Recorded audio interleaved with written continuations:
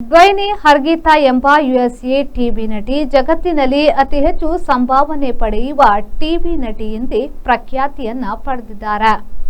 61 ಪ್ರಾಯದ ಹರ್ಗೀತಾ ಇಲ್ಲವೇ ಹರ್ಗಿಟಿ ಅವರ ವಾರ್ಷಿಕ ಸಂಭಾವನೆ ಸರಾಸರಿ $2.9 ಕೋಟಿ ಎಂದು ಇದು ಹಾಲಿವುಡ್ನ ಪ್ರಸಿದ್ಧ ನಟರಾದ ಟಾಮ್ ಕ್ರೂಯಿಸ್, ಬ್ರಾಡ್ ಪಿಟ್, ಹ್ಯೂಗ್ ಜಾಕ್ಮನ್ ಅವರ ಗಳಿಕೆಗಿಂತ ಹೆಚ್ಚು ಎಂದು ವರದಿ ಹೇಳಿದೆ.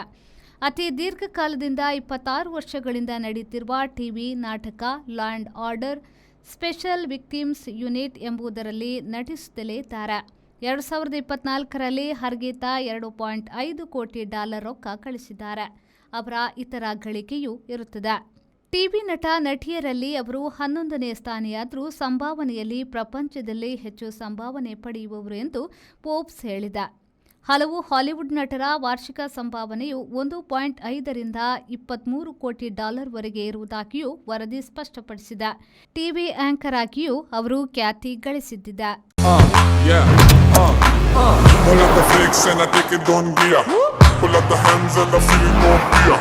I dig it on. I sick a John. Take it on the row and the show and the pull up the flicks and I. Volkswagen Virtus, German engineered for unmatched safety.